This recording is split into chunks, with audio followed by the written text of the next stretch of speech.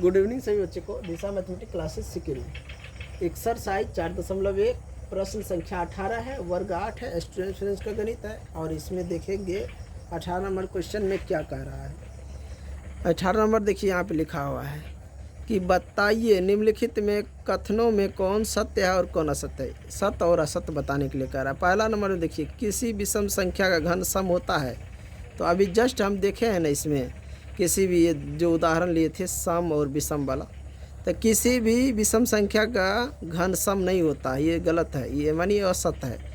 दूसरा में लिखा है एक अंक वाली संख्याओं का घन एक अंक वाली संख्या हो सकती है। एक अंक का जो संख्या है उसका घन एक अंक वाली संख्या हो सकता है, हो भी सकता है, नहीं भी हो सकता है। जैसे 2 का घन करेंगे तो नहीं हो जाएगा, यानी हो सकता है यहाँ पे दोनों। अब जैसे मान के लो 5 का घन करे तो नहीं होगा, 6 का करे तो नहीं, लेकिन 1 का 2 का 3 का हो सकता है ना। तो यहाँ पे वही कह रहा हो सकती है, तो हाँ हो सकती है, सत्य है। 3 नंबर में एक पूर्ण घन 2 शून्यों पर समाप्त नहीं होता है। एक पूर्ण घन जो है 2 शून्य पर समाप्त नहीं होता है, ये सत्य बात है कि 2 शून्य पर समाप्त नहीं होता है। अगला दिया है कि यदि किसी संख्या का वर्ग 5 पर समाप्त होता है तो उसका घन 25 पर समाप्त होता है। 5 पर किसी संख्या का वर्ग 5 पर समाप्त होता है तो उसका घन 25 पर समाप्त होता है। तो चलिए एक एक करके पहले बनाते हैं। पहला तो समझा, चलिए पहला नंबर में देखिए क्या कह रहा है। पहला तो क्या था, पहले ही असत्य है।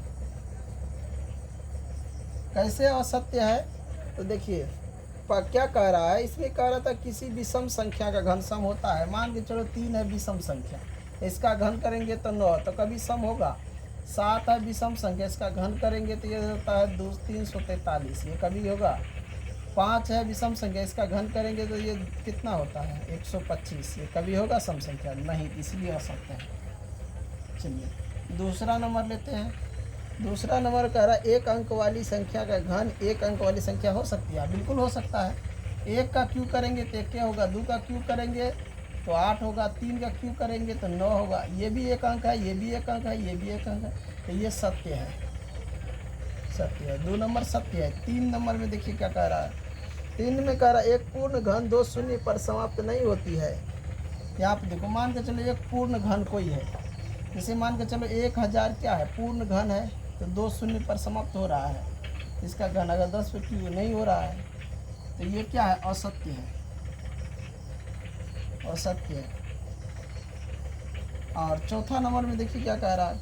चौथा में कह रहा है 2 अंकों की संख्या का घन 3 अंकों वाली संख्या हो सकती है। ये 4 नंबर में कहा यदि किसी संख्या का वर्ग 5 पर समाप्त होता है तो उसका घन 25 पर समाप्त होता है। तो ये उदाहरण देके बताना पड़ेगा कि होता है कि नहीं होता है। अब यहाँ पे देखो, जैसे मैं यहाँ पे उदाहरण लेता हूँ 75। अगर मान लो कि 75 का वर्ग यानी 5 का वर्ग यहाँ पे हो रहा है, तो 75 का वर्ग करते तो ये आ जाता है 56 25। सही है।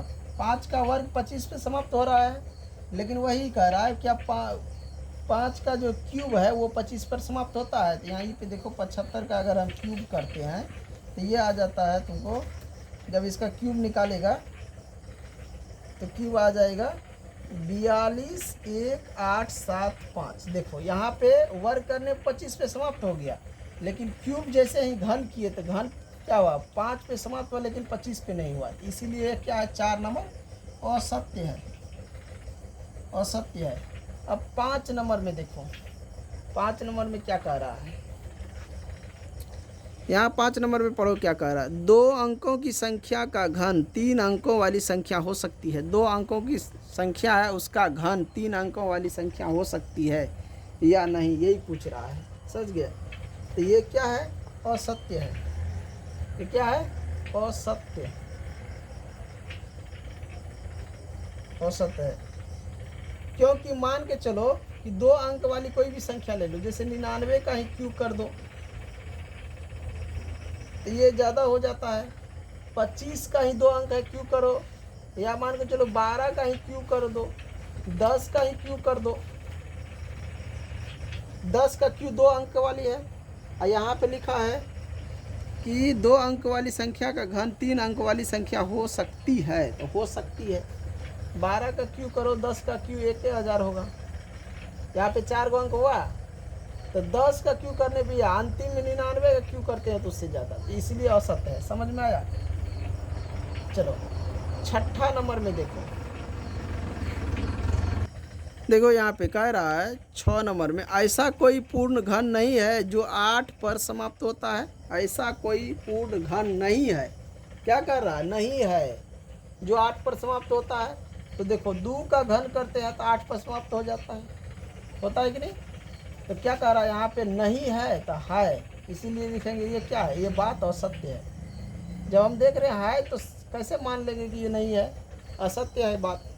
चलो यहाँ 7 नंबर में देखो, इसमें 7 नंबर में लिखा है कि 2 अंकों की संख्या के घन में इसमें 7 या अधिक अंक हो सकते हैं। 7 या अधिक अंक, तो 2 अंक की संख्या,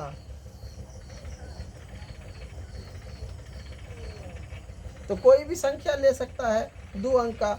अब जैसे मान के चलो 99 ही ले लो जो 2 अंक है। इसकी कह रहा है क्या, यहाँ पे क्या कह रहा है, 2 अंकों की संख्या के घन में 7 या 7 से अधिक हो सकते हैं। तो ये भी बात असत्य है, निकाल के देख लेना, असत्य है। 7 या 7 से अधिक हो सकते हैं, नहीं हो सकते, असत्य है। अब निकाल के देख लेना, जैसे मान के चलो 10 का निकाल के दिखाया तो ये 1000 हुआ कि नहीं, जिसमें 4 अंक है। तो इसमें अगर हम इसका निकालेंगे तो इससे अधिक हो सकता है, नहीं हो सकता, ये भी बात असत्य है। तो ये हमारा 18 नंबर जो था वो क्लियर हो गया है। और इसी में चलते हैं 19 नंबर, देखिए क्या लिखा है। टाइप 3 है, 128 को किस छोटी छोटी संख्या से गुना करे कि गुणनफल परिपूर्ण घन हो जाए। इस तरह का सवाल दिया है 22 नंबर तक, समझ गया? तो इस क्वेश्चन को मैं अगले वीडियो में ले रहा हूँ, क्योंकि ये चारों जितने भी सवाल है ये 19, 20, 21, 22 सब एक जैसा है, तो इसको अगले में ले लेता हूँ। इस वीडियो को यहीं पे एंड करता हूँ।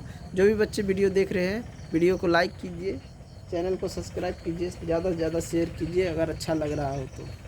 इन्हीं के साथ मैं इस वीडियो को एंड करता हूँ। जय हिंद, जय भारत।